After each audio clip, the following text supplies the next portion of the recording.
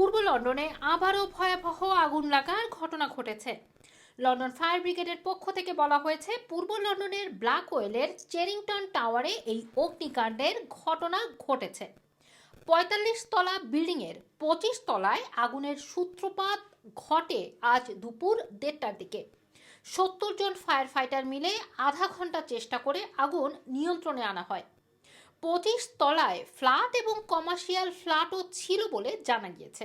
এদিকে থেমসের পাড়ে এমন উঁচু বিল্ডিংয়ে আগুন লাগার পর আশপাশে কালো ধোঁয়ার তৈরি হয়।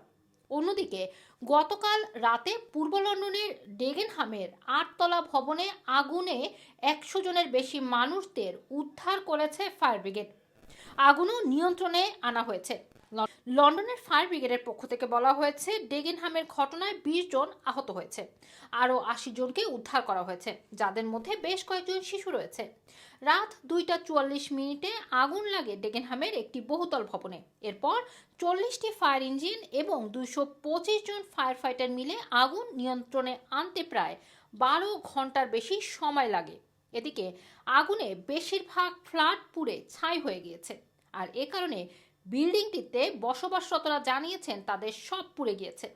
ঘরের মধ্যে ছাই ছাড়া আর কিছুই নেই। এদিকে ডেগেনহামের ঘটনাটিকে জরুরি অবস্থা হিসেবে ঘোষণা করেছেন মেয়র সাদিক খান। জুমানা রাখি, রানা টিভি, লন্ডন।